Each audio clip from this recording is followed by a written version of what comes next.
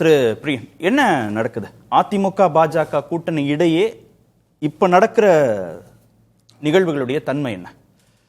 இல்லை, இதில் அண்ணாமலை ஒரு ப்ராமினன்ட் ரோலாக ஒரு கட்டமைக்கிற விஷயம் இருக்குல்ல, அது உண்மையிலேயே அது ப்ராமினன்ட் ரோலில் அவர் இருக்காரான்றதே ஒரு கேள்விக்குறியாக இருக்குது. ஏன்னா அவர் தமிழ்நாடு பாஜகவும் அவருக்கு எதிராக இருக்குது, நேஷனல் லெவலில் பாஜகலையும் அவர் மேலே பலவிதமான கம்ப்ளைண்ட்ஸ்லாம் போயிருக்கு.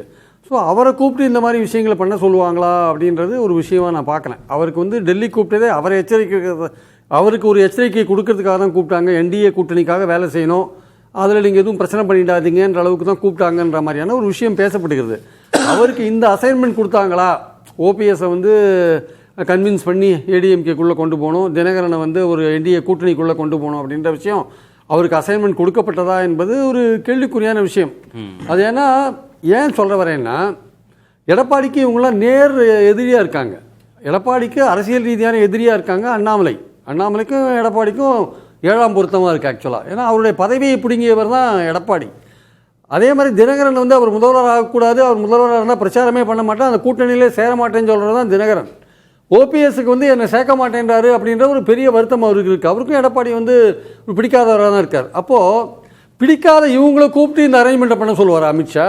இல்லை சார், 2024 நாடாளுமன்ற தேர்தலில் இவங்களெல்லாம் வச்சு ஒரு கூட்டணியை திரு அண்ணாமலை கட்டமைக்கிறார்.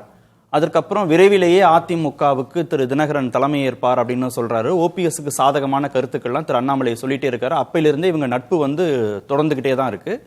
முதல்வர் வேட்பாளராக திரு எடப்பாடி பழனிசாமியை ஏற்றுக்கொள்ள மாட்டேனும் தினகரன் சொல்றாரு. ஓபிஎஸும் ஒருங்கிணைப்புங்கிறதுல அழுத்தம் கொடுக்கிறாருல. இப்ப இதெல்லாம் திரு அண்ணாமலை பின்னால் இருந்து இயக்கினாரோ அப்படின்ற சந்தேகம் வந்த பிறகு நீங்களே கூட்டணிக்குள்ள இவங்க அழைச்சிட்டு வாங்கன்னு ஒரு அசைன்மெண்ட் கொடுத்திருப்பதாக கேசிபி சொல்றாரு. இல்ல, இதெல்லாம் ஒரு எஸ்டாப்ளிஷ்டு பொசிஷன் சார். அதாவது ஏற்கனவே தெரிந்த ஒரு நிலைப்பாடு. இதெல்லாமே எடப்பாடி ஓபிஎஸ் சேர்க்க மாட்டார் என்பது தெரிந்த நிலைப்பாடு. அவர் ரொம்ப உறுதியா இருக்காருன்றது தெரிந்த நிலைப்பாடு. அண்ணாமலை சொல்லி அவர் சேருவார். பாஜக தனியா இருந்த போது அவங்களை கூட்டணியில் சேர்த்தார். பார்லிமெண்ட் எலெக்ஷன்ல அவங்க வந்தாங்க. தினகரனோட நிலைப்பாடு தெரிஞ்ச நிலைப்பாடு. அவர் முதல்வராக இருந்தால் நான் அந்த சைடே வரமாட்டேன்றது அவரோட நிலைப்பாடு. அப்புறம் அவரை கன்வின்ஸ் பண்ணி எப்படி நீங்கள் அவர் முதல்வராக வச்சுட்டு நேற்று அவங்க போட்ட 4 டேக்அவே என்ன, ஐடிஎம்கே மாநாட்டில் போட்ட பொதுக்குழுவில் போட்ட தீர்மானங்கள், ஒன்று அதிமுக தலைமையில் கூட்டணி, இன்னொன்று அதிமுக தான் கூட்டணி முடிவு செய்யும், இன்னொன்று எடப்பாடி தான் முதல்வர். 4வது முக்கியமான டேக்அவே என்ன தெரியுமா? நாங்கள் பாஜகவுக்கு அடிமை கிடையாது.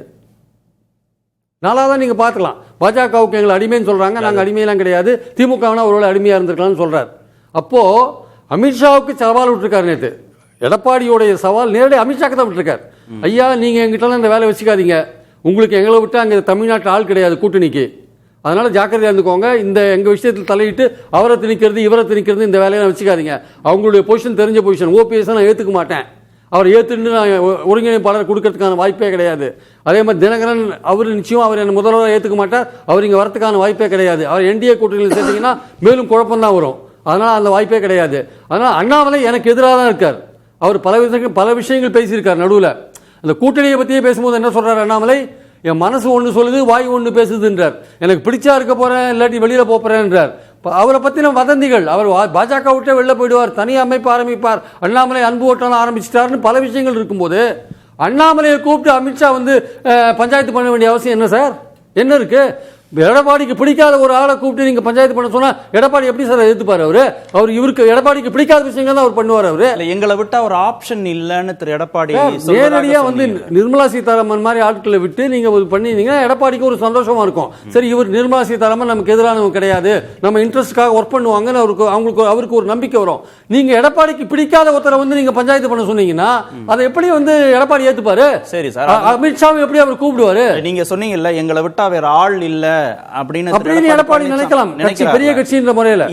ஏன் சார் என்டிஏன்னு ஒரு கூட்டணியை தனியாக பாஜக தலைமையில கட்டமைச்சிடவே முடியாதா? சேர்த்து தேமுதிகவை சேர்த்து பாராளுமன்ற தேர்தலை கட்டமைச்சிங்க இல்லையா? பாமகவை சேர்த்தீங்க, தேமுதிக வரல போயிடுது. ஆனா அந்த கூட்டணி முழுமையா இருக்காது. அந்த கூட்டணி முழுமையா இருக்காது. நீங்க ஓட்டுக்களை இன்னொரு கூட ஒரு அணி 4 அணிக்கு பதிலாக 5 அணி போட்டி போடும். நீங்க இன்னும் கூடுதலா ஓட்டுகளை பிரிப்பீங்களே தவிர அது ஒர்க் அவுட் ஆகாது. இந்த தேர்தலில் அதிமுகவோட போறதுன்னு அவங்க முடிவு பண்ணிட்டாங்க சார். நான் எதுக்கு இந்த கேள்வி கேட்கிறேன்னா, என்டிஏ பாஜக என்டிஏங்கிறது அதிமுகவுக்கு பழனிசாமிக்கு இந்த தேர்தலில் தேவையா? திரு பழனிசாமிக்கு இவங்க தேவையா? யாருக்கு யாரு இப்ப அதிகமா தேவை? பழனிசாமிக்கு வந்து என்டிஏவோட பாஜக தயவு ஏன் தேவைன்னா அந்த சின்னம் போன்ற விஷயங்கள் எலெக்ஷன் கமிஷன் டீல் பண்றதுக்காக தேவை. அதெல்லாம் இப்ப முடிச்சுட்டார். அந்த விஷயத்தெல்லாம் சாதுரியமா முடிச்சுட்டார். இல்ல நிர்வாக ரீதியா நீங்க சொல்றீங்க. நிர்வாக ரீதியா முடிச்சுட்டார். நேற்று பொதுக்குழுல சொன்ன கணக்கு நீங்க கவனிச்சிருக்கீங்க. அந்த கணக்கு சரியில்லை. 41% எதை அதிமுகவையும் என்டிஏ வாங்கின சதவீதத்தையும் கூட்டி தானே சார் அவர் சொல்றாரு. ஒரே கேள்வி நான் எடப்பாடிட்ட கேட்கிறேன், உங்ககிட்ட உங்க மூலமா கேட்கிறேன். பார்லிமெண்ட் தேர்தலில் 7 இடத்துல டெபாசிட் போச்சு, 13 இடத்துல 3ஆவது வந்தீங்க, ஒரு இடத்துல 4ஆவது வந்தீங்க. இந்த விஷயத்தை வந்து பொது வெளியில் பேசும்போது, இந்த மாதிரி டிஸ்கஷனில் பேசும்போது சிபிஎஸ் போன்றவர்கள், சிபி சண்முகம் போன்றவர்கள்லாம் கோச்சிக்கிறாங்க. அங்கே டிஸ்கஷனில் நம்மளை பற்றி இப்படிலாம் பேசுகிறாங்க, பலவீனமாக இருக்காங்க பேசுகிறாங்க, அப்படி பேசுகிறாங்கன்னு. ஃபேக்டை பேசுகிறோம் நம்ம, ஃபேக்டை தானே பார்லிமெண்ட் எலெக்ஷன் ஃபேக்ட். அது சொன்னால் உடனே என்ன பதில் வருது அதிமுகட்டேருந்து? என்ன பதில் வருது? அது நாடாளுமன்ற தேர்தல் வரப்போகுது, சட்டமன்ற தேர்தல். அப்போ நாடாளுமன்ற தேர்தல் உதாரணத்தை எது கையில் எடுக்கிறீங்க? அந்த 84 தொகுதிகளை நீங்களும் பாஜகவும் சேர்ந்து வாங்கின ஓட்டு திமுக கூட்டணி அதிகமான ஓட்டுன்னு தான் சொல்றீங்க. அப்போ ஆப்பிள் வேற ஆரஞ்சு வேறன்னு ரவீந்திரன் சார் சொல்ற மாதிரி நீங்க பாராளுமன்ற தேர்தல் எதுக்கு கையில் எடுக்கிறீங்க? நீங்க டெபாசிட் வாங்கலன்னு சொல்லும்போது நோ அது பார்லிமெண்ட் எலெக்ஷனு, வரப்போறது சட்டமன்ற எலெக்ஷன்றீங்களே. அப்போ நீங்க உங்களுக்கு சௌரியமான ஒப்பீடுனா ஓகேவா? உங்களுக்கு சௌரியம் இல்லாத ஒப்பீடுனா நீங்க நம்மளை பலவீனம் இருக்காங்கன்னு சொல்றாங்கன்னு அப்படி திருப்பி விடுறீங்கல்ல. அது சரியான ஒரு வாதம் கிடையாது. உங்களுடைய பலவீனத்தை நீங்க உணரணும் சார். எடப்பாடி தன்னோட பலவீனத்தை உணர மாட்டேன்றார். அவர் பலவீனத்தை என்னைக்கு உணர்றாரோ அன்னைக்கு தான் கட்சியை கட்டமைப்பார். அது வரையும் கட்டமைக்க மாட்டார். அவர் பலவீனம் இருக்கிறது பூனை கண்ண மூடிட்டு இருக்கிற மாதிரி கண்ண மூடிட்டு இருக்கார். அவர் என்னைக்கு தான் தன் கட்சியை பலப்படுத்துறாருன்னு தொண்டர்கள் அவளோட எதிர்பார்த்துட்டு இருக்காங்க. பெரிய செய்தி இல்லையா? தேர்தல் சமயத்துல வலுவான கூட்டணி அமையும், என்டிஏல எந்த கட்சி வரணும்ன்றத தீர்மானிக்கக்கூடிய முழு அதிகாரம் திரு எடப்பாடி பழனிசாமிக்கு இருக்குன்னு சொல்றதெல்லாம் பெரிய. 6 மாசம் ஆச்சு, எந்த கட்சி கதவை எடுத்து சொல்லுங்க. 6 மாசம் ஆச்சு கூட்டணி அமைச்சு, எந்த கட்சி உங்ககிட்ட வந்தது? யாருமே அந்த சைடே போக மாட்டேன்றாங்களே சார். கமலாலயம் பக்கம் போக மாட்டேன்றாங்க, லாய்ட்ஸ் ரோடு பக்கம் போக மாட்டேன்றாங்களே. ஏன் போக மாட்டேன்றாங்க? என்ன நீங்க இனிமே என்ன கட்டமைப்பீங்க? இருக்கிற பெரிய கட்சி என்ன இப்போ? தேமுதிக, பாமக, அன்புமணி. பாமகவும் 2ஆ போயிருக்கு, பாமக அன்புமணி. மிஞ்சி போனா சவுத்துல வந்து புதிய தமிழகம் ஜான் பாண்டியன். தாவேக்காவோட இவர் போயிடுவாரா? பாஜகவோட இருக்கும்போது அது போக மாட்டார். பாஜக விட்டு போக போறது இல்ல, தாவேக்காவும் அதிமுகவோட வர போறது இல்ல. அதனால இந்த பாயிண்ட் அதிமுகவுக்கு பாஜகவை விட்ட வேற வழி இல்ல, பாஜகவுக்கு அதிமுக விட்ட வேற வழி இல்லன்றத. அதுதான் யதார்த்தமா. ஆனால் ரொம்ப பிரஷர் பண்ணி, அமித்ஷா ரொம்ப பிரஷர் எல்லாம் பண்ணி, இடங்கள் அதிகமா கேட்டு ஓபிஎஸ் நீங்க சேர்த்தே ஆகணும், தினகரனை கொண்டு வந்தே ஆகணும்லாம் வந்து விஷயங்களை வச்சாருன்னா கடைசி கட்டத்தில் இது நடக்காத காரியம் இருந்தாலும் சொல்றேன். கடைசி கட்டத்தில் வெளியில வந்து தாவேக்காக ஒரு கதவை தட்டினாலும், எடப்பாடி கதவை தட்டினாலும் ஆச்சரியப்படுறதுக்கல. ஏன்னா கடந்த காலங்களில் ஒரு 3-4 வருஷமா எடப்பாடி பாலிடிக்ஸை பார்த்துட்டு இருக்கிற நமக்கு அவர் எடுக்கிற சில நடவடிக்கைகள் வந்து ரொம்ப சாதுரியமான நடவடிக்கைகளா இருக்கு. ரொம்ப இன்டெலிஜென்டா சில விஷயங்களை டீல் பண்றாரு. அது வந்து கொஞ்சம் ஆச்சரியப்படத்தக்க விஷயமாவும் நான் பார்க்கிறேன். ஆக்சுவலா எப்படி பாஜகவை பயன்படுத்துறாரு அப்படின்னா அதுக்கேற்றபடி பயன்படுத்திட்டு இருக்காரு. நேத்து எப்படி அமித்ஷாக்கு ஒரு செக் வைக்கிறோம் நேற்று வச்சுட்டாரு. ஆக்சுவலா நேற்று வச்ச செக் வந்து அமித்ஷாக்கு வச்ச செக். இதுல அண்ணாமலை வந்து எடப்பாடிக்கு வேண்டிய அண்ணாமலைய பஞ்சாயத்து பண்ண அமித்ஷா விடுவார்ன்ற அந்த வாதம் என்னால ஏத்துக்கவே முடியல. சுருக்கமா நேற்று நம்ம விவாதங்களுக்கு, அதை நம்ம ஊடக விவாதங்களுக்கு பிறகு சில விஷயங்கள் இன்றைக்கு மிக தெளிவுபடுத்தப்பட்டிருக்குது.